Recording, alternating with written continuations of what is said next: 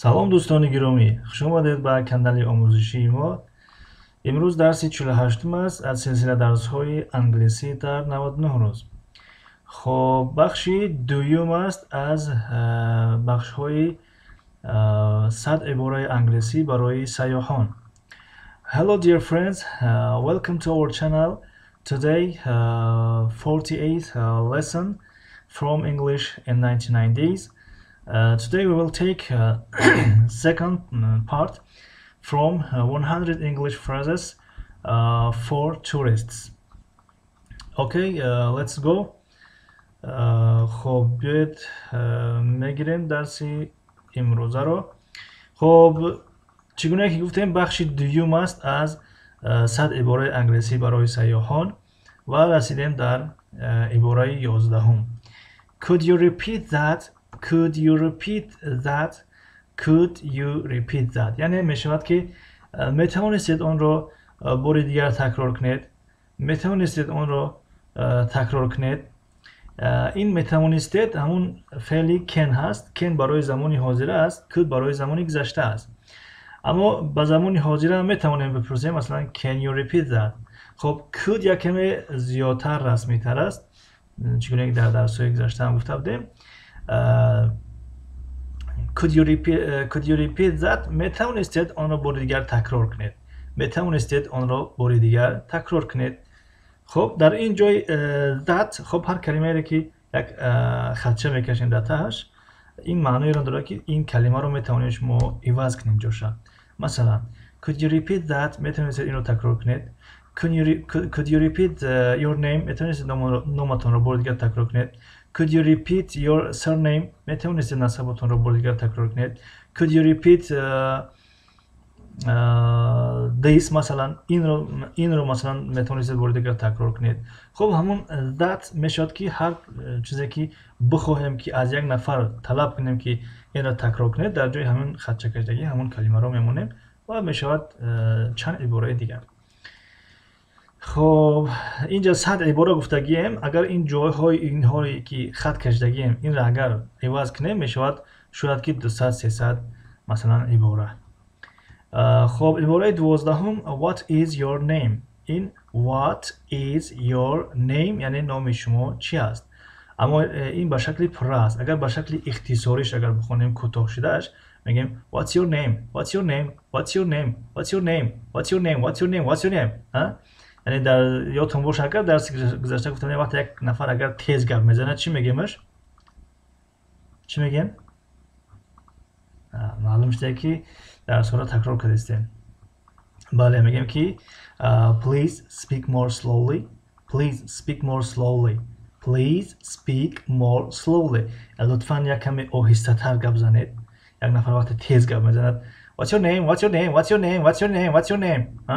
Okay. Could you repeat that? Could you repeat that? Could you repeat that? Could you repeat that? یعنی could you repeat that؟ ما میتونیم بگیم که please speak more slowly. Please speak more slowly. یعنی اتوش که لطفاً یک کمی آهسته تر گپ زنید. لطفاً یک کمی آهسته تر گپ زنید.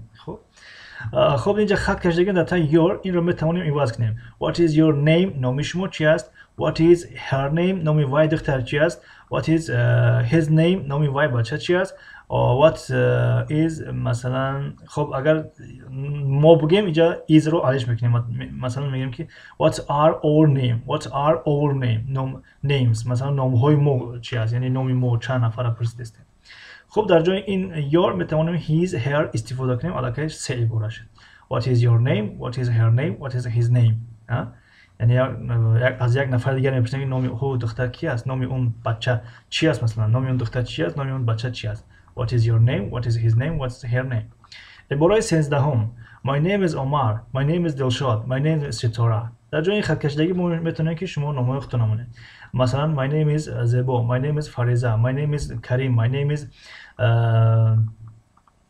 خب Melek. My name is Dilshad. My name is Farhad. My name is خب دیگر کسانی که درس ها رو عادتا گوش میکنن نام هاتون رو میتونید اینجا مونه. خب عباره 14 nice to meet you. Nice to meet you. این nice to meet you میشود که از دیدارت شد هستم. اما در بین قوس جوابی همین nice to meet you است. مثلا nice to meet you too, nice to meet you too, nice to meet you too. یعنی من هم از دیدارت شاد هستم. جوابی nice to meet you است. خب how are you doing? How are you doing? How are you doing یعنی که چیکار کردستی؟ چیکار کردستی اما به معنای احوالپرسی است. How are you doing? How are you doing? Nothing. I'm good. Nothing. I'm good. خب در این جای doing میتونیم بگیم که how are you feeling? How are you feeling? How are you feeling? خدا چخیل احساس کردستی؟ چخیل احساس کردستی خدا مثلا خوب هستی؟ خوب نیستی؟ خب عباره 16 هم can you help me? Can you help me? میتونی منو کمک بکنی؟ Can you help me? میتونی به من کمک بکنی؟ یا که مثلا can you help his? Can you help his بله can you help his can you help him میتونی اونا کمک کنی can you help مثلا can you help her can you help her میتونی اون مثلا که دختر رو کمک کنی اون پسر رو کمک کنی can you help مثلا us میتونی ما را کمک بکنی can you help us میتونی ما را کمک بکنی مثلا چند نفر خب عباره 17 هم let's go to university let's go to university بیا به دانشگاه رویم بیا به دانشگاه رویم بیا به دانشگاه رویم یا که مثلا بگیم که اگر بیا به بازار رویم میگیم let's go to market یا به مغازه مثلا let's go to market let's go to supermarket let's go to school بیا به مکتب رویم let's go to park let's go to sea مثلا بحر مثلا خب و عباره 18 هم I'm looking for a library I'm looking for a library I'm looking for a library من کتابخانه را گفتم یعنی کتابخانه در کجا باشه کتابخانه گفتم کتابخانه I'm looking for a library در جای این library میتونیم باز دیگه کلمه را بگیم I'm looking for a school I'm looking for a university I'm looking for a supermarket I'm looking for a beach من ساحل گفتم I'm looking for a park من باغ گفتم مثلا خب در اینجا یک کمی رسمی ما در بالای چی اومده است خب اینجا کلوزت است اینجا کمتر پیام کردن نشده مشاهده لحظه خب where is the bathroom where is the bathroom where is the bathroom یعنی حمام در کجا است حمام به معنای همون هم حمام است هم همون حاجتخانه یعنی where is the bathroom یعنی حاجتخانه در کجا است یا حمام در کجا است و شما در بعضی حالت یا در بعضی حالت در بسیاری حالت یعنی در تنهایی حاجتخانه میبینیم WC نوشتگی است WC این WC چی معنی دارد water closet خب واسه اگر یک کمتر این رو فوق شما خب آن خیلی نوشته می شود water closet این WC water closet می شود شما اگر اهمیت داده باشید در تنه حاجتخانه های مثلا مردانه WC نوشته است بعد یک صورتی مردک موندگی است مثلا یا اینکه مثلا WC یک صورتی مثلا زنک موندگی یعنی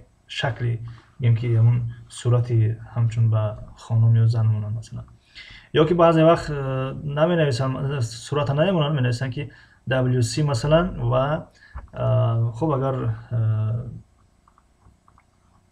همون امریکا باشه مثلا میگن که من و برای زنها باشه وومن مثلا یا در بعضی حالات همون به همون آوردن همون شکل رسم کفایت میکنه خب عباره 20 where is the restaurant where is the restaurant where is the restaurant where is the restaurant خب در این جای رستوران میتونیم هر کلمه‌ای که برای ما و شما در کار است همون را کافتستیم همون را میپرسیم میگیم رستوران در کجا است طرفخانه در کجا است حمام در کجا است کتابخانه در کجا است خب هر کلمه‌ای که برای ما و شما لازم است یا هر جایی که برای ما و شما لازم است اون را میتونیم بپرسیم خب اینجا رسیدیم به پایانی درسی امروزه رسیدیم بله امروز خب بله امروز رسیدیم یعنی به پایان درس امروزه این بود